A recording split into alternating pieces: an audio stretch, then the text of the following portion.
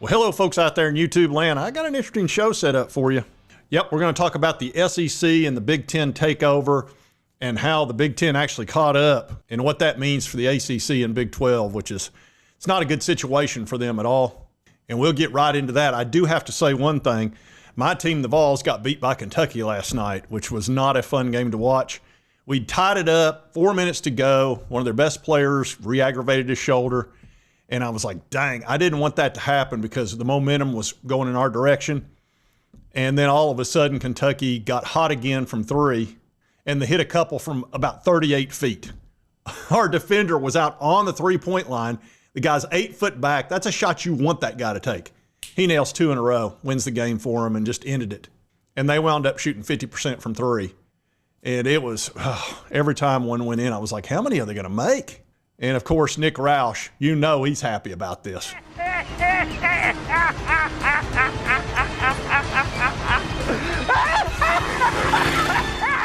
Oh, yeah. Yep. So, anyway, I've given Kentucky so much grief over their football. I had to mention it. Not happy about it. A sweep. Give me a break. Anyway, that happens when a team gets hot from three. All right, now we're going to talk about the subject in the thumbnail I put out there, and that's how the Big Ten and the SEC, look, it's been the SEC's world for 2 decades. We all know that. Anybody that thinks different than that, you know, you haven't been watching closely. But the Big Ten has caught up recently, and we're going to talk about how all that's happened and also what happened to the Pac-12, what the ACC, Big 12, can they do anything about it? It's not looking very good for them because of the TV contracts. Now, there's a really good story in USA Today by Matt Hayes, talks about this and how the Big Ten is now part of the bully brigade. And it talks about how the Big Ten is just as much a boogeyman as the SEC, 2 villains, 1 heartbeat. Said, long the little brother of the SEC, the Big Ten used to pal around for years with other downtrodden of college football. It was the SEC world, and living in it meant complaining about it. Boy, that's the dadgum truth. That's all we did was hear complaining about the SEC, and we loved it, honestly. But those days have been interrupted, and I don't know if we're going to be able to get back to domination. Now it's a 2-league deal. I mean, it just is. And it talks about the Big Ten's masterful deception of the alliance and how they basically destroyed the Pac-12. Now, it wasn't all the Big Ten that destroyed the Pac-12. The SEC played an indirect role. And what I mean by that, when SEC picked up Texas and Oklahoma, the 2 biggest teams out there that you could grab outside of probably Notre Dame, that worried the Big Ten big time. So the Pac-12 was over there trying to get a TV rights deal, trying to get more than they probably were worth, because for some, I don't know why the West Coast doesn't like football very much, and they don't watch and get the viewership up where they could get a really good TV rights deal. But they don't. They're too busy hanging 10 out there and, you know, surfing or whatever it is you do out in the West Coast. So the Pac-12, while they were looking the other way, Big Ten swooped in there and grabbed a couple of teams from them, and that began the undoing of the Pac-12. And this was in response to the Texas and Oklahoma additions. They brought in USC and they tried to get Notre Dame, which would have been a fantastic get. But as you know, Notre Dame's, they're, I guess, too good to be in a conference. They've got a pretty good TV deal by themselves, so they don't really want to join a conference. But they live in the ACC, which is, they get the money of being in the Big Ten, but they get to play ACC opponents, which is the best of both worlds for them. Well, Lottie frickin' da! An easy schedule and tons of money. So I almost can't blame them for it, but I still will try. But Notre Dame declined them, and they had to settle for UCLA. And it talks about how that destabilized the Pac-12 by adding those 2 teams. And then they just waited for the rest to come to them. They said because the Pac-12 started falling apart.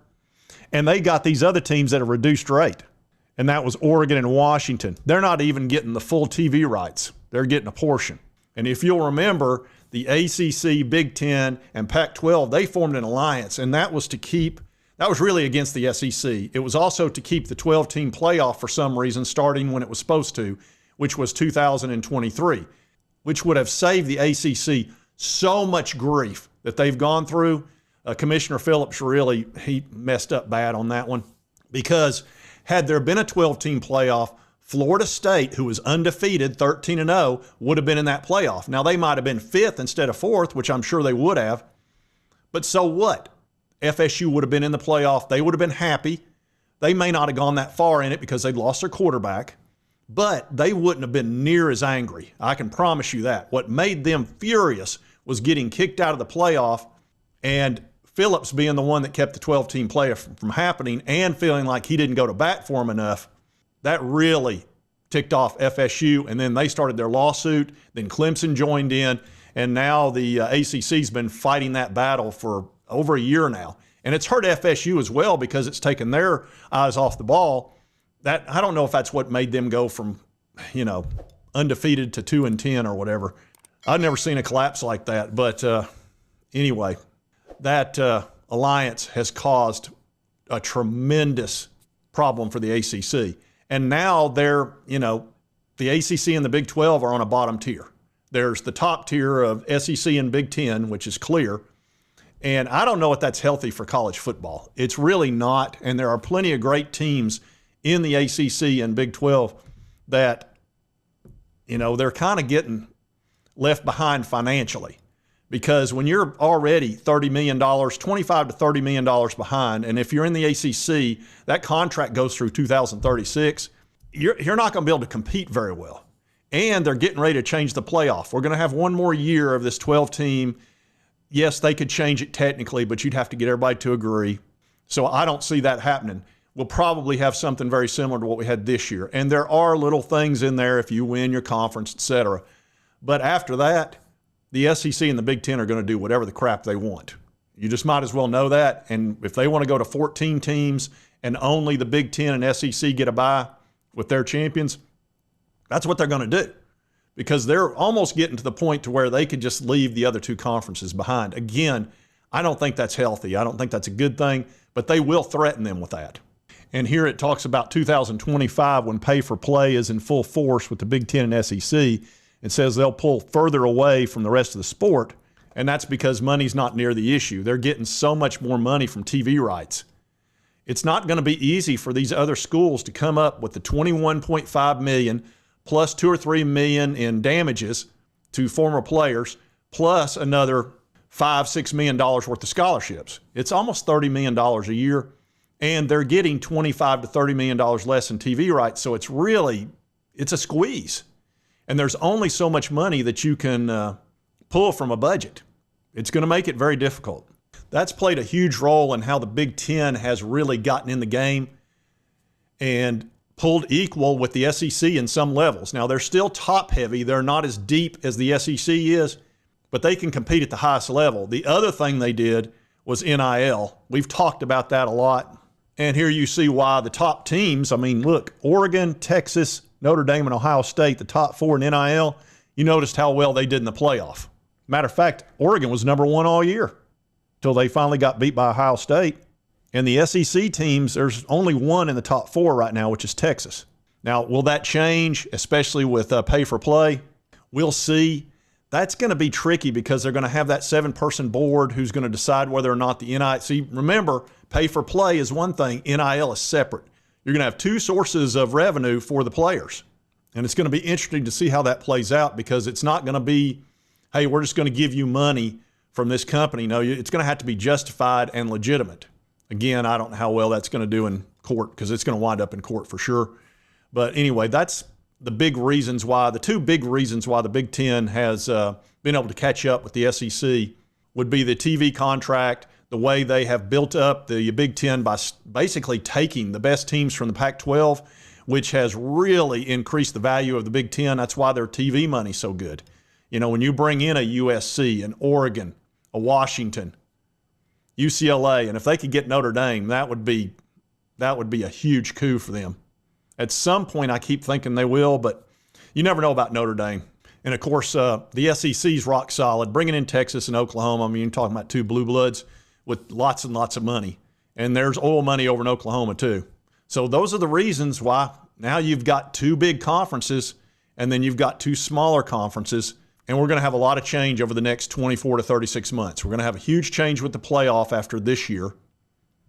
We're going to have probably some form of, those bigger schools in the smaller conferences are going to try to figure out some way to come into the SEC and Big Ten.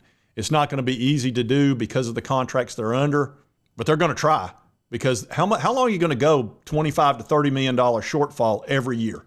So it's pretty interesting how this all happened, but you've got two power conferences now. It's just kind of the way it is. And that's how it happened. The destruction of the Pac-12 has played a huge role in this. And it really, the first domino was Texas, Oklahoma, and then the Big Ten swooped in. And then, like I said, they just waited. They got the rest of what they wanted. Anyway, I find the intrigue of this and just how this is all played out very interesting. And it's going to continue on. I tell you, I've never seen so much change and so much turmoil. And the NIL and all that kind of stuff is just, it's made things kind of crazy. And I hear from you folks all the time in the comment section. I know a lot of you are just, you're getting a little bit fed up with some of this, the way it's playing out. Oh, and I did want to tell you, I got quoted in a news article. I got to show you this. This was an article in Essentially Sports, and it said Sports Talk Jay discussed this development over on his YouTube channel. Said he was puzzled by Nick Saban inadvertently helping a fellow SEC member. This had to do with Kalen DeBoer and Nick Saban and Kirby Smart. Nick Saban had dinner with some Georgia folks, and of course, you know, Kirby used to be his assistant, and he said, if you want to help Kirby do something about the state income tax on NIL, because it's like 5.5% in Georgia, he said that's how you could help him, if you could make it exempt. And my position was, the reason he went that route is because he didn't want to go directly to Alabama, who also has a state income tax, and say, hey, Alabama, you should do this, because he's trying to, be a more neutral party, working for ESPN and all that kind of stuff. He wants to be a little bit more fair-minded, and he doesn't want to look like a homer by going strictly to Alabama, because he knows once Georgia makes that tax deductible or makes that tax exempt, that Alabama will follow in suit like that. So my position was that Nick Saban did it that way because it keeps his hands clean, but it gets the job done, which is what he wants. And that's what it talked about in here. It says, if the bill passes, and Sports Talk Jay reckons that it will not just help athletes, but programs too. The domino effect, Georgia could propel Alabama and a host of other states to follow suit, which it absolutely will. Now, I know a lot of you don't like that. A bunch of you come in the comments and said, hey, they got to pay taxes just like the rest of us. I get that. Okay, I'm not arguing with you on that. But I'm just telling you what's probably going to happen. And I don't mind a bit being quoted. That's fine. It doesn't bother me in the slightest. This is the kind of spontaneous publicity, your name in print, that makes people. Things are going to start happening to me now. That's right. Things are going to start happening to me now. Stay away from the cans.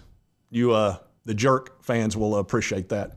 Anyway, if you like this content, be sure to hit that like button. Let's me know we continue to cover all these big college sports stories. If you've not subscribed, hit this little button right here. It won't cost you a dime. Help you get my videos. And right over here is most recent video, YouTube. Thanks you'll enjoy. We'll see you next time on Sports Talk Jay.